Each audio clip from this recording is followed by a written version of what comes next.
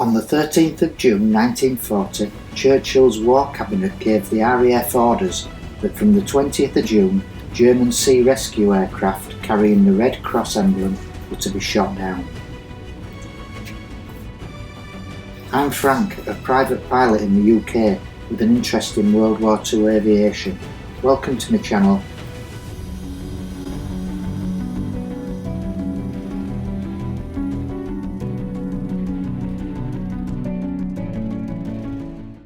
In 1940, Britain's fate depended on victory in the air. Germany knew that the successful invasion of Britain depended on gaining air supremacy over the Channel. The Luftwaffe needed to destroy the Royal Air Force and the airfields between London and the sea. In the quality of the aircraft there was little to choose between. German fighters were faster with a better rate of climb, but ours were more manoeuvrable and better armed. But fighting over France and Belgium hadn't prepared the German pilots for the adverse conditions of fighting across and above the English Channel. The fact that they took this seriously is shown by the efforts they took in organising an efficient sea rescue service, the Zeno-Dean.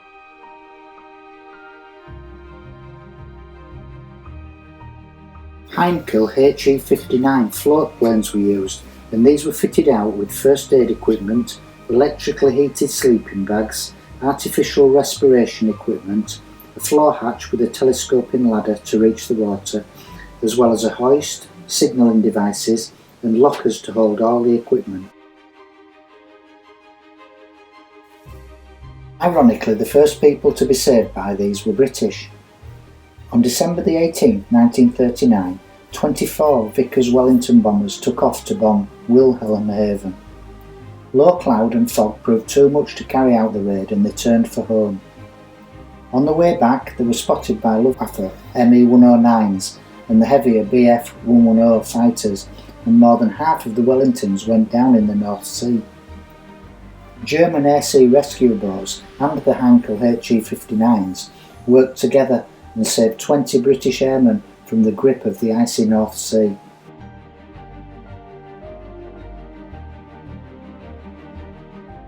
So why did Churchill have a problem with this rescue service?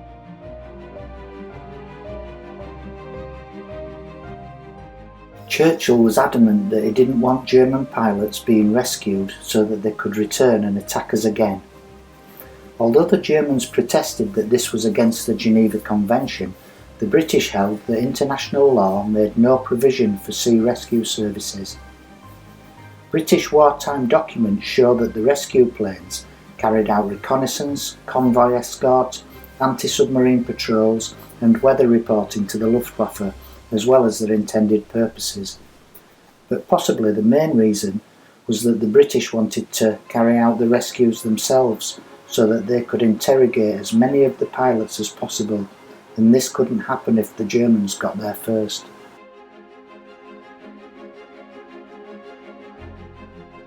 From the beginning of the war, all air-sea rescue aircraft were painted white and carried the Red Cross emblem to show that they had non-combatant status under international law, which unfortunately they didn't.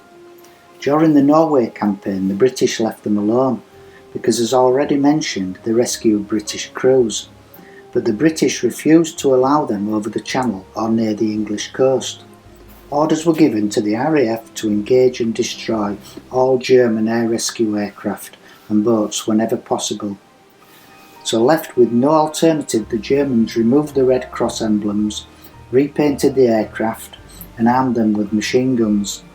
The British attacked these rescue ships so brutally that fighter escort was needed on many rescue missions, and a large number of these attacks were investigated by the Wehrmacht War Crimes Bureau.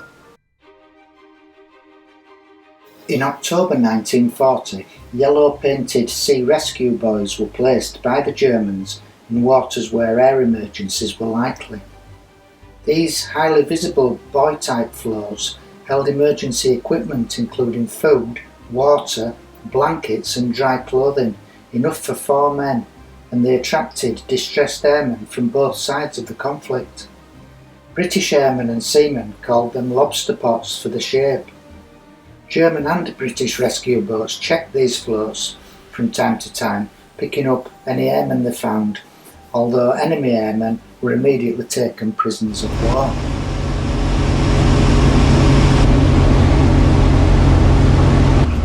There you go, bud.